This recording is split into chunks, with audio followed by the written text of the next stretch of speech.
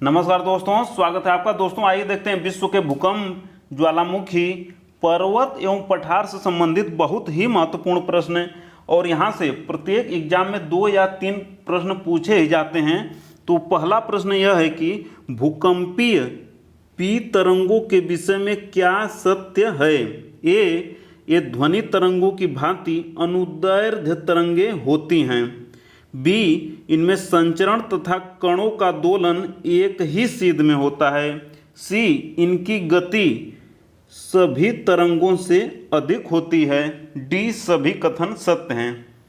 तो इसका आंसर हो जाएगा डी, सभी कथन सत्य हैं।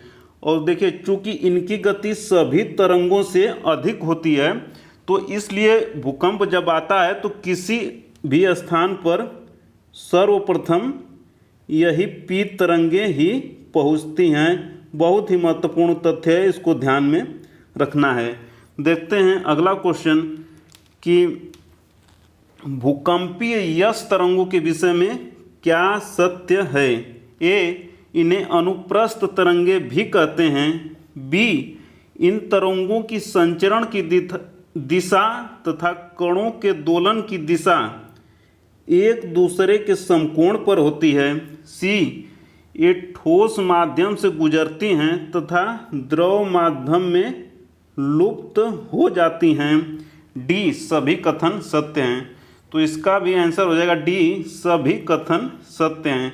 सबसे महत्वपूर्ण तथ्य इसमें यह है कि ये ठोस माध्यम से गुजरती हैं तथा द्रव माध्यम से में लुप्त हो जाती हैं।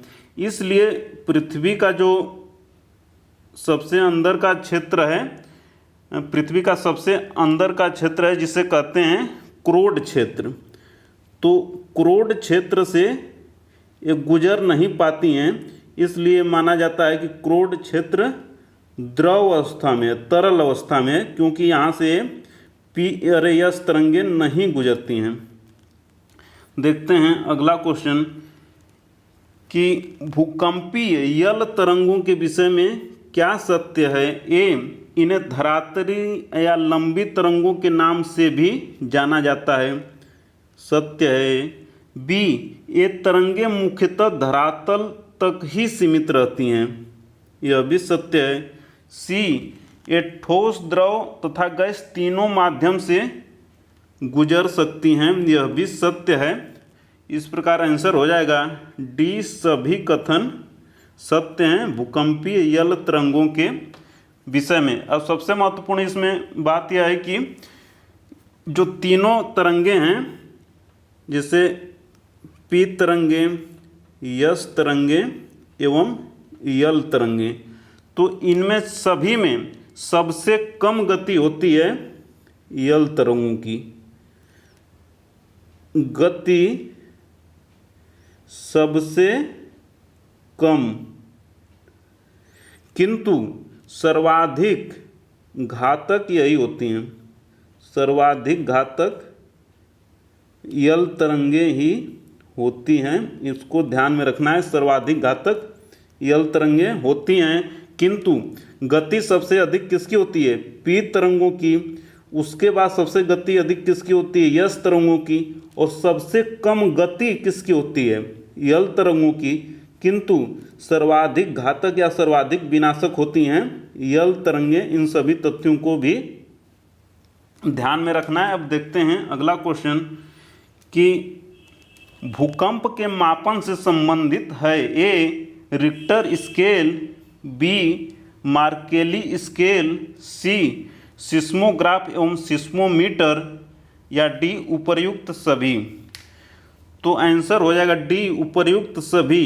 ये सभी भूकंप मापन से ही संबंधित है और सबसे प्रसिद्ध है रिक्टर स्केल पे भूकंप का मापन।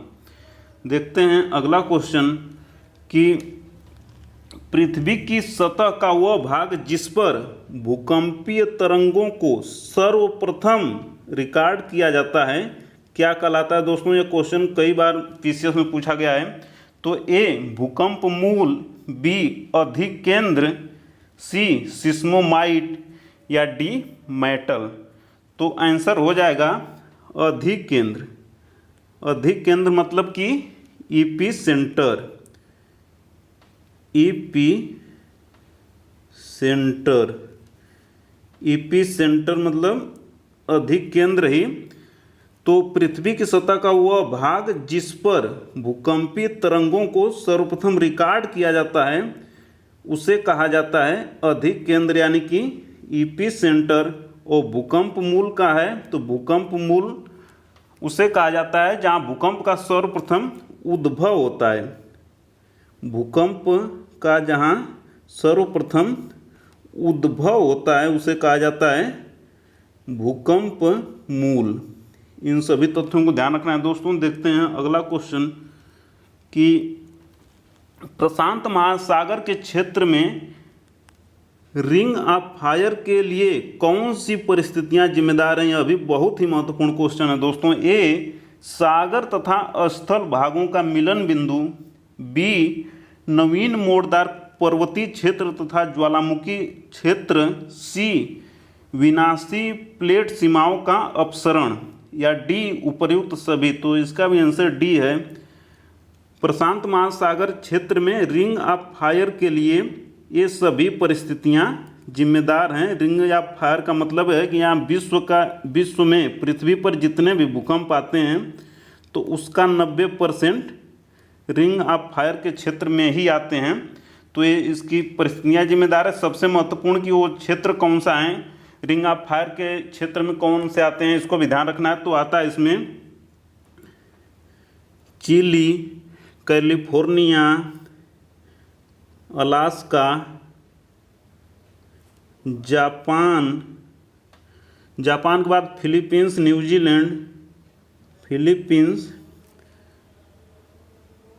न्यूजीलैंड और मध्य महासागरीय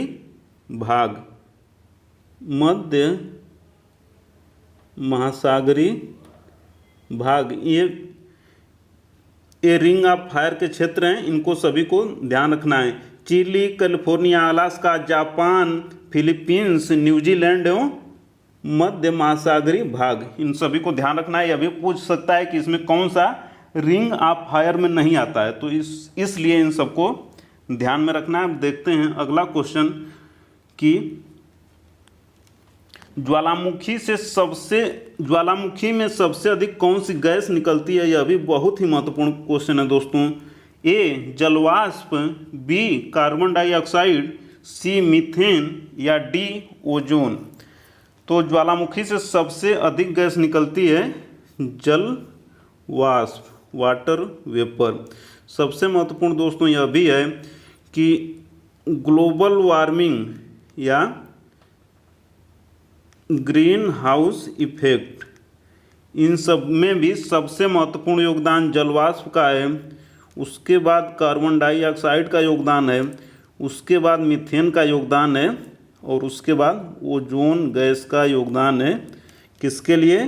ग्लोबल वार्मिंग, वैश्विक तापन या ग्रीन हाउस इफेक्ट में सबसे अधिक योगदान जलवाष्प का है, फिर कार्बन डाइऑक्साइड का है, फिर मीथेन का है, फिर ओजोन का है क्रमशः। इसलिए इन तथ्य को ध्यान से रखना है। देखते हैं अगला क्वेश्चन कि इटली में कौन सा ज्वालामुखी पर्वत नहीं है। दोस्तों बहुत ही महत्वपूर्ण क्वेश्चन है। A, mount Etna. B, mount Stromboli. C, mount विसोबियस। या डी, माउंट इरेबस।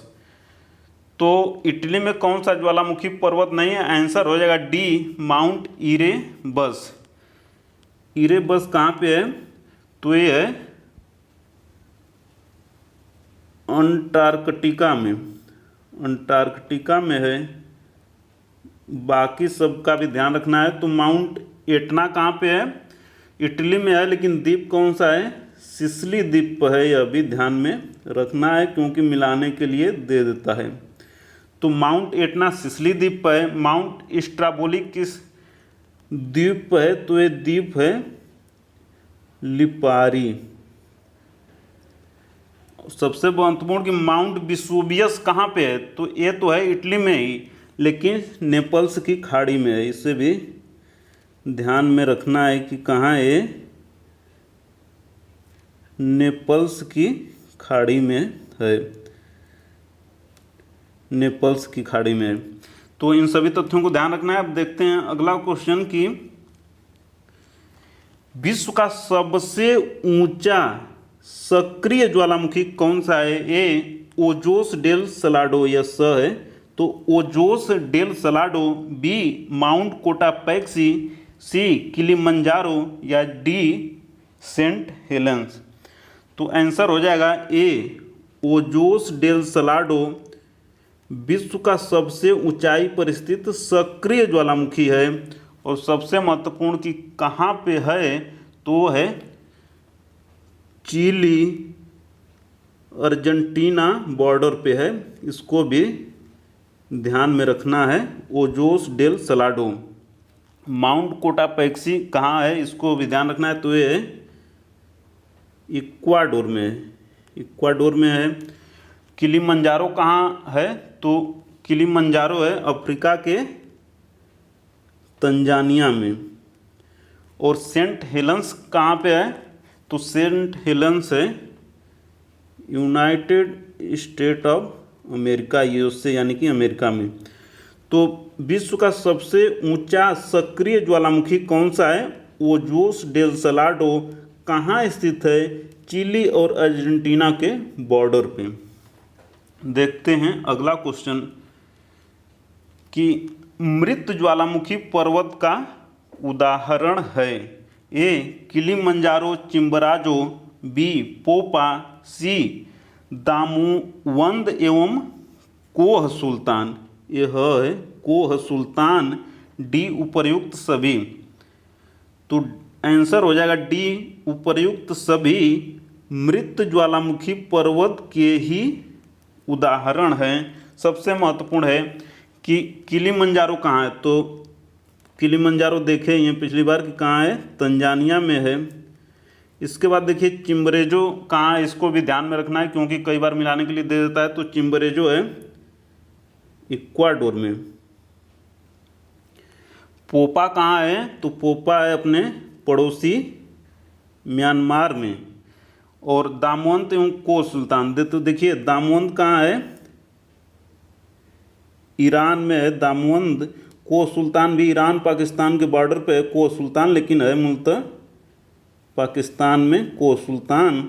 तो इन सभी तथ्यों को ध्यान रखना है कि ये मृत ज्वालामुखी पर्वत हैं।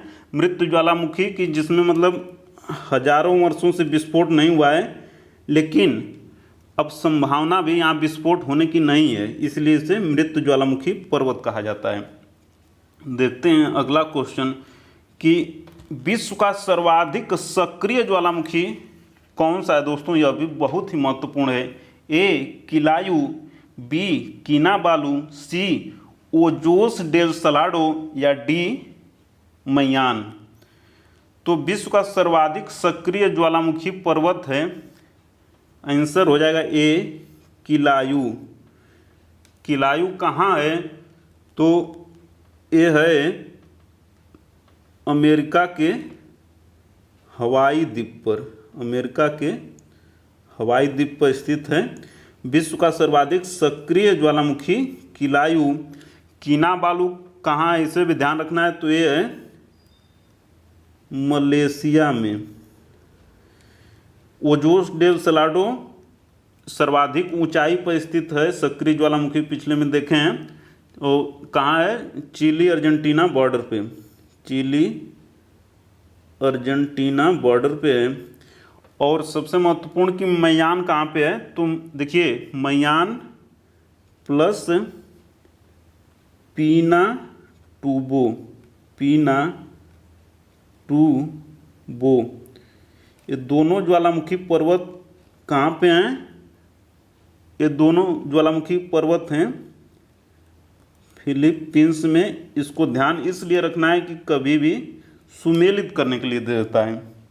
देखते हैं अगला क्वेश्चन कि किस चट्टान का निर्माण क्रस्ट के नीचे उपस्थित तप्त एवं तरल मैग्मा के ठंडा होने से हुआ है? बहुत ही महत्वपूर्ण है दोस्तों। ए आग्नेय चट्टान, बी अवसादी चट्टान, सी रूपांतरित चट्टान या डी उपर्युक्त में से कोई नहीं। तो आंसर हो जाएगा ए आग्नेय चट्टान का निर्माण क्रस्ट के नीचे उपस्थित तप्त एवं तरल मैग्मा के ठंडा होने से हुआ है आग्नेय चट्टान। और देखिए इसीलिए इसको सबसे पुरानी एवं मूलभूत चट्टान भी कहा जाता है। सबसे प्राचीन एवं मूलभूत चट्टान कौन सी है? आग्नेय चट्टान, इसे ध्यान में रखना है। अगला क्वेश्चन यह है कि कौन सा कथन सत्य है? दोस्तों बहुत ही कॉन्सेप्चुअल क्वेश्चन है, इस सभी को ध्यान रखना है। कौन सा कथन सत्य है? ए, अवसादी चट्टानों का निर्माण आग्नेय एवं रूपांतरित चट्टानों के अपर्दन एवं निक्षेपण से हुआ है, ध्यान रखना है दोस्तों। बी, तापमान एवं दबाव के कारण आग्नेय तथा अवसादी चट्टानों के संगठन तथा स्वरूप में परिवर्तन से रूपांतरित चट्टानों का निर्माण हुआ है। सी, रूपांतरित चट्टानें सर्वाधिक कठोर तथा जीवाश्म रहित होती हैं, यह भी सत्य है। आंसर हो जाएगा डी, सभी कथन सत्य है। इसे ध्यान में रखना है, बहुत ही कॉन्सेप्चुअल क्वेश्चन है। अगला क्वेश्चन यह है कि मोड़दार या वलित पर्वत का उदाहरण है। ए, हिमालय एवं यूराल। बी, आल्प्स एवं एटलस। सी, रॉकी एवं एंडीज। या डी, उपर्युक्त सभी। तो आंसर हो जाएगा डी, उपर्युक्त सभी। उपर्युक्त सभी ये जो 6 पर्वत हैं ये मोड़दार या वलित पर्वत के ही उदाहरण हैं। इन सभी को ध्यान रखना है। इनको देखिए अल्पाइन पर्वत भी कहा जाता है, क्योंकि यूरोप में जो आल्प्स पर्वत है इसी के नाम पर इनका नाम रख दिया गया है। अल्पाइन पर्वत भी इन्हें ही कहा जाता है। मोड़दार एवं वलित पर्वत को मोड़दार एवं वलित पर्वत को अल्पाइन पर्वत भी कहा जाता है। और सबसे महत्वपूर्ण कि इनका उत्थान अभी जारी है, यानी कि अभी युवा पर्वत हैं, इनका उत्थान अभी जारी है, अभी बढ़ रहे हैं। और इसे ही टर्सरी युग के पर्वत भी कहा जाता है। इन सभी तथ्यों को ध्यान में रखना है दोस्तों, भूलना बिल्कुल भी नहीं है। देखते हैं अगला क्वेश्चन कि ब्लॉक पर्वत का उदाहरण है। ए, सियरा नेवादा पर्वत। बी, वासजेस पर्वत। सी, ब्लैक फॉरेस्ट पर्वत। एवं डी, उपर्युक्त सभी। तो उपर्युक्त सभी ब्लॉक पर्वत के ही उदाहरण है। और देखिए सियरा नेवादा कहाँ पे है? तो ये देखिए विश्व का सर्वाधिक विस्तृत है, सर्वाधिक विस्तृत यानी कि लंबे क्षेत्रफल में फैला हुआ है। कौन सा? सियरा नेवादा। कहाँ पे है? यूएसए में है, यूनाइटेड स्टेट ऑफ अमेरिका में है सियरा नेवादा पर्वत। वासजेस पर्वत कहाँ पे है? ये फ्रांस और जर्मनी के बॉर्डर पे है, फ्रांस में है। और ब्लैक फॉरेस्ट ये जर्मनी में है। और इन्हीं वासजेस पर्वत इन्हीं के बीच से कौन सी नदी निकलती है? सबसे महत्वपूर्ण भ्रंश घाटी से बहती है राइन नदी।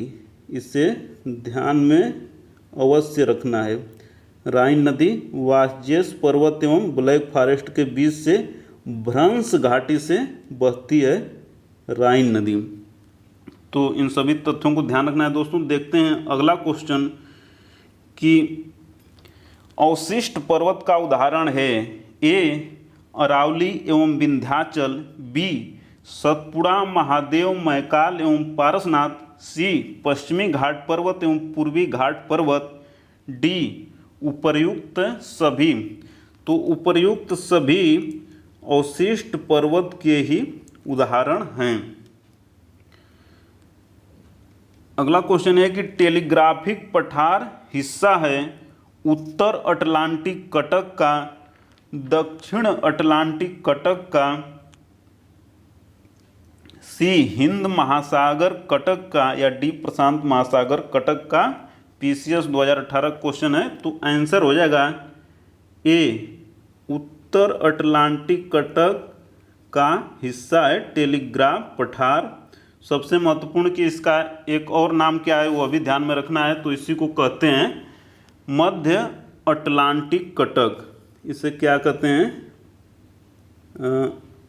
मध्य अटलांटिक कटक। अगला क्वेश्चन है कि कौन सा सही सुमेलित नहीं है? दक्षिण अमेरिका में खनिजों का भंडार पैटागोनिया, बी साइबेरिया प्रायद्वीप मेसेटा पठार, सी सबसे बड़ा पठार तिब्बत का पठार, या डी संसार की छत टेलीग्राफिक पठार। तो कौन सा सुमेलित नहीं है? तो आंसर हो जाएगा संसार की छत टेलीग्राफिक पठार नहीं है वो, बल्कि है पामीर का पठार। पामीर का पठार को कहा जाता है संसार की छत। बाकी दक्षिण अमेरिका में खनिजों का भंडार पैटागोनिया है और यहाँ पे अनेक खनिज पाई जाती हैं जैसे कि जिंक, तांबा, मैंगनीज वगैरह सब पाई जाती हैं। तो दक्षिण अमेरिका में खनिजों का भंडार पैटागोनिया मरुस्थल ये शीत मरुस्थल है। बी साइबेरिया प्रायद्वीप मेसेटा पठार है। आइबेरिया प्रायद्वीप मेसेटा पठार यह सत्य है। और कहाँ पे है ये? तो ये है स्पेन में। स्पेन में सबसे बड़ा पठार तिब्बत का पठार, यह भी सत्य है। इस प्रकार आंसर हो जाएगा डी संसार की छत टेलीग्राफिक पठार नहीं है बल्कि पामीर का पठार है। अगला क्वेश्चन है कि शैतान का गोल्फ कोर्स कहाँ है? ए अफगानिस्तान में, बी ईरान में, सी इराक में, या डी अमेरिका में। तो आंसर हो जाएगा डी अमेरिका में शैतान का गोल्फ कोर्स है। इसे ही डेथ वैली भी बोलते हैं। डेथ वैली, शैतान का गोल्फ कोर्स, डेथ वैली या डेविल्स गोल्फ कोर्स। और कहाँ पे है? तो मोजावे रेगिस्तान में।